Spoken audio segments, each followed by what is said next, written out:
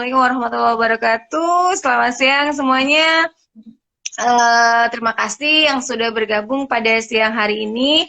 Masih dalam rangkaian kegiatan dari FKM Sharing Session ya tentang peminatan, dan pada siang hari ini kita akan berbincang-bincang terkait dengan peminatan gizi kesehatan masyarakat gitu ya.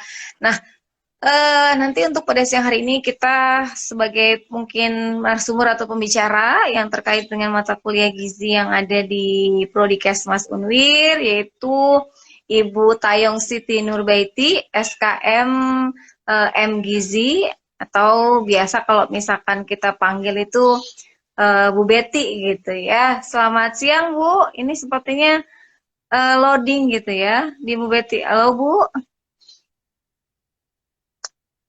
Halo. Pak Eko masih dengar suara saya? Halo? Oh, keluar. Bu Betty-nya keluar.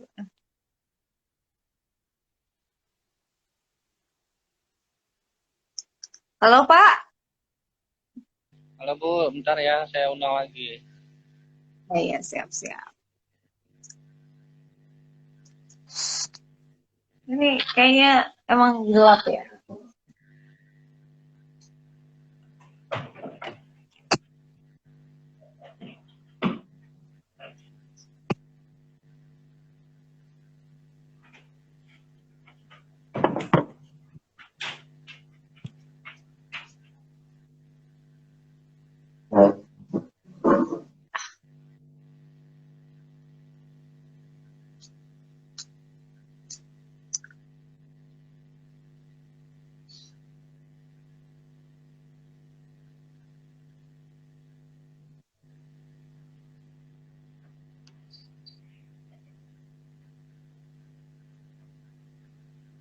Bu, tadi terputus ya?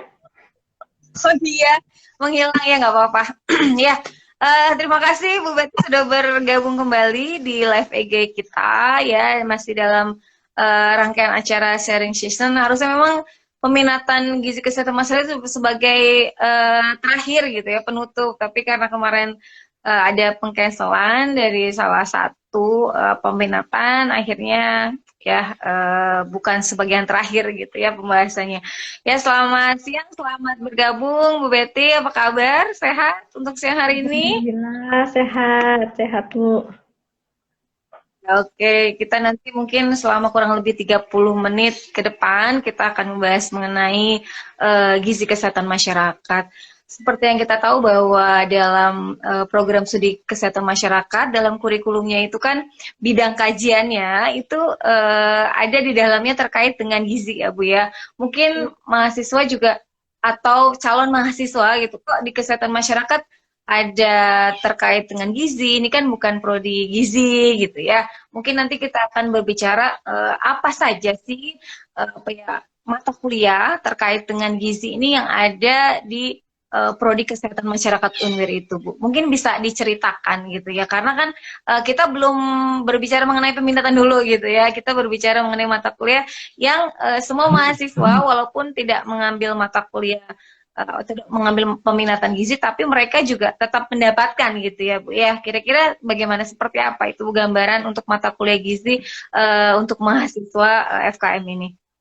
Iya, terima kasih Bu Ade. Sebenarnya Bu Ade juga pengampu dosen gizi. Ya, mungkin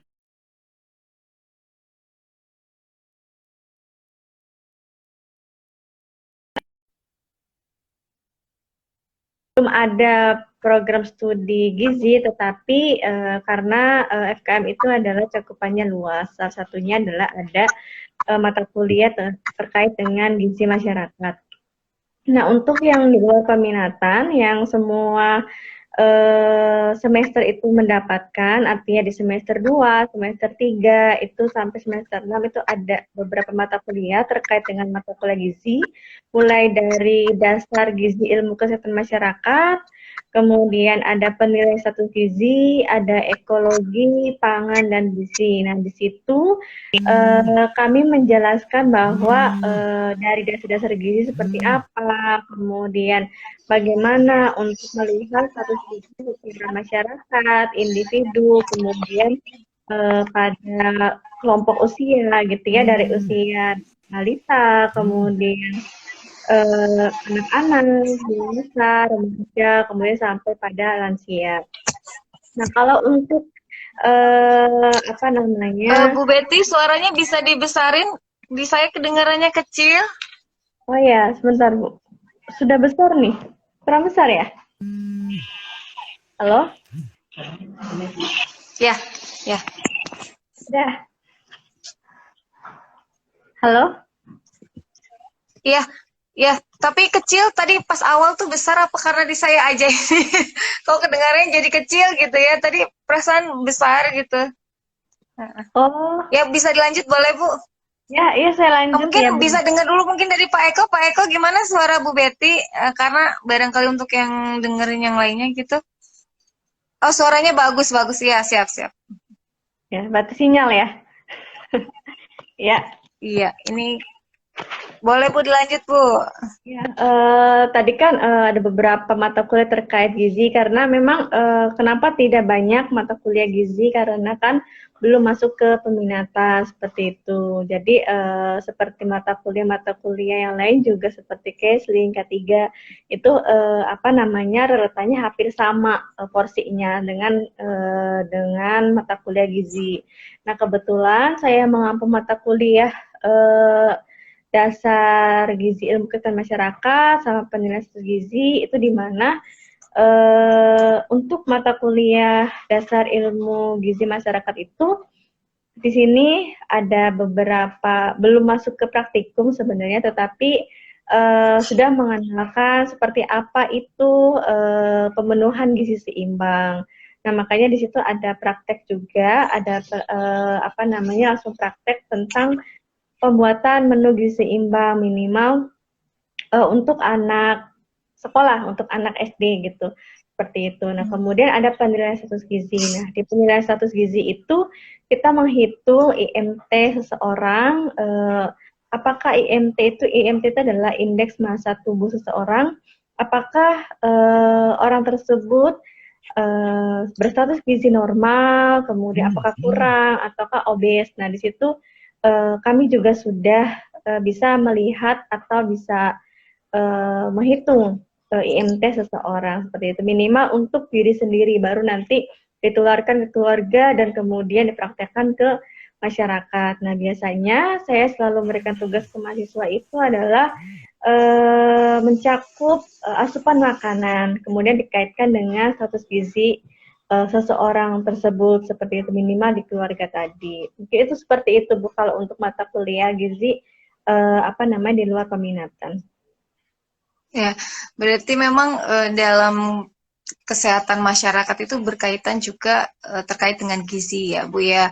Nah untuk pembelajaran sendiri tadi yang sudah disampaikan oleh Bu Betty gitu ya, bahwa pembelajaran memang ada praktikumnya juga gitu ya mengenai pembuatan makanan tadi. Kemudian mau tanya nih Bu, kalau misalkan dalam proses pembelajaran tadi ya, setiap mata kuliah itu apakah memang ada praktek di laboratorium, kemudian ada tidak untuk kegiatan mereka di lapangan seperti itu? Ya tentunya di samping itu pasti ada pembelajaran materi yang di kelasnya juga gitu ya. Ya, kalau untuk laboratorium karena belum termasuk ke peminatan Bu dan juga bukan gizi klinik itu tidak semuanya bagian atau sub pelajaran itu ada gitu ya. Tapi kalau untuk prakteknya gitu seperti tadi mengukur tinggi badan, mengukur berat badan, dari kalau misalnya anak bayi itu kan panjang badan. Kalau misalnya orang dewasa itu adalah tinggi badan. Nah, kalau misalnya untuk lansia mungkin akan tinggi lutut seperti itu.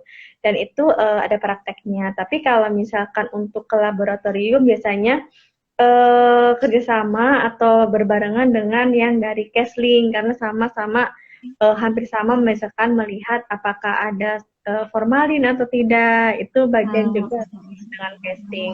Seperti apa namanya, melihat bahwa bakso itu mengandung formalin, tahu juga seperti itu Bu. Nah kemudian kalau misalkan praktek di masyarakat itu setiap penugasan pasti selalu ke masyarakat kan tadi implementasinya adalah goalnya supaya kita bisa mengetahui seperti apa sih status gizi masyarakat itu minimal tadi biasanya saya selalu di mahasiswanya itu sendiri dulu bisa apa tidak mengukurnya, kemudian di keluarga baru nanti tugas akhir yang besarnya adalah mereka melakukan suatu penyuluhan atau penelitian kecil itu sebanyak biasanya saya menyuruh 30 sampel minimal supaya melihat gambaran bagaimana status gizi gambaran status gizi di daerah sekitarnya di tempat tinggalnya seperti itu.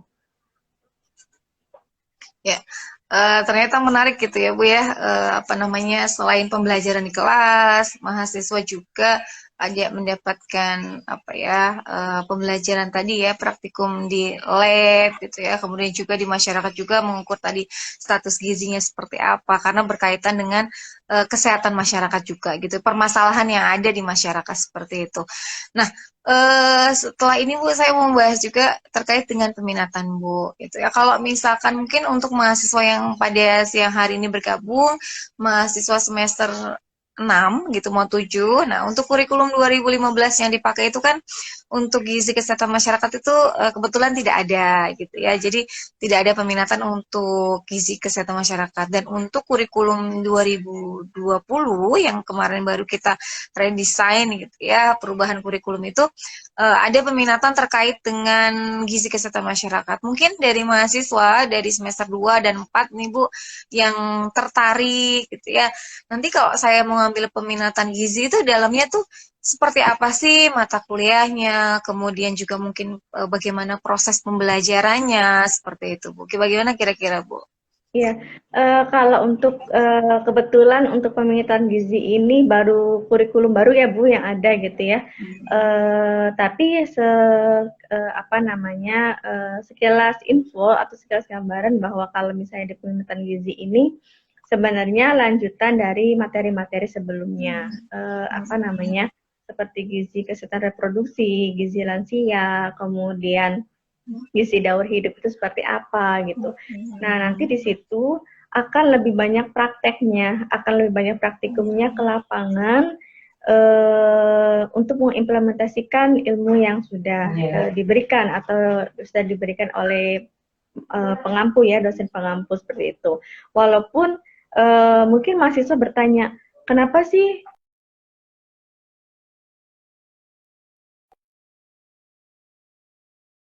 gizi klinik bukan gizi biomedik? Kalau gizi klinik dan gizi biomedik otomatis selalu akan ke laboratorium. Tetapi karena kita adalah gizi kesehatan masyarakat, maka populasinya atau sasarannya kita tentu ke masyarakat, mulai dari ibu hamil,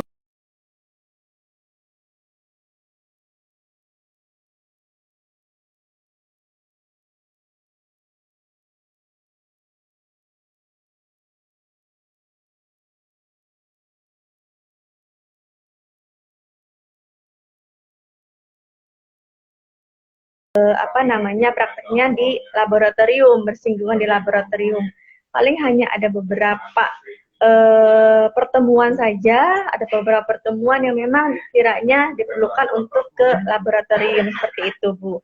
Apa namanya kita bisa kolaborasi dengan mata kuliah yang lain yang seperti tadi saya sampaikan, bisa berkolaborasi dengan mata kuliah kesehatan lingkungan seperti itu. Jadi mungkin gitu sebenarnya kalau misalnya gizi kesehatan masyarakat itu tidak berkaitan dengan belum bersinggung terlalu banyak dengan laboratorium seperti itu.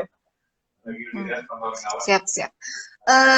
Tadi sudah dibahas mengenai bagaimana gambaran untuk peminatan ya Bu ya. Ini juga sebenarnya bisa menggambarkan barangkali gitu ya, ada calon mahasiswa gitu ya yang tertarik, oh saya mau mau kuliah nih di FKM. Kalau di FKM itu seperti apa gitu ya, dengan mendengarkan apa namanya sharing session kali ini kan bisa tergambarkan. Oh ternyata dalam Kesmas itu ada materi tentang gizi gitu ya, permasalahan terkait dengan apa namanya kesehatan masyarakat itu salah satunya ya berkaitan dengan gizi atau asupan makanan gitu ya Bu ya.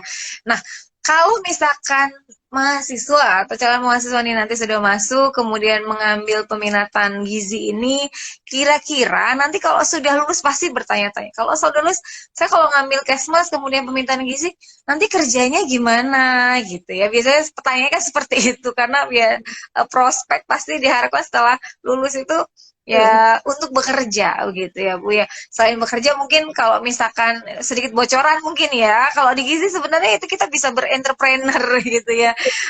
Membuat apa ya makanan yang sehat gitu ya untuk anak-anak, untuk catering apa ya anak TK, kemudian juga balita juga gitu ya, MPASI itu.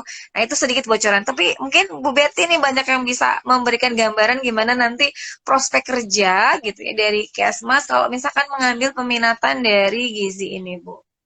Iya, tadi yang sudah apa salah satu contohnya adalah entrepreneur ya Bu ya.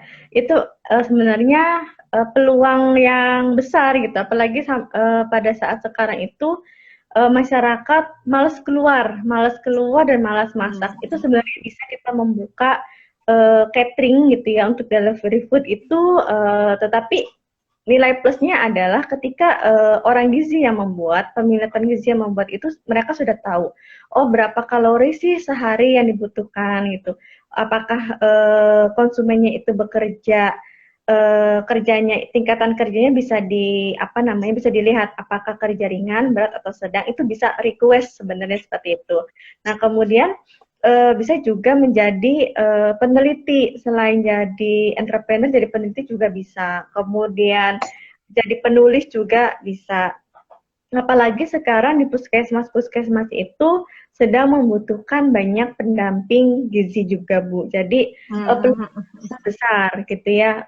Bukan hanya dulu-dulu itu kan banyaknya masih pendamping Promkes, pendamping EPID, Keslin, tetapi sekarang karena memang apalagi pemerintah masih memfokuskan permasalahan stunting secara nasional, makanya apa namanya masih dibutuhkan sekali pendamping gizi di puskesmas seperti itu.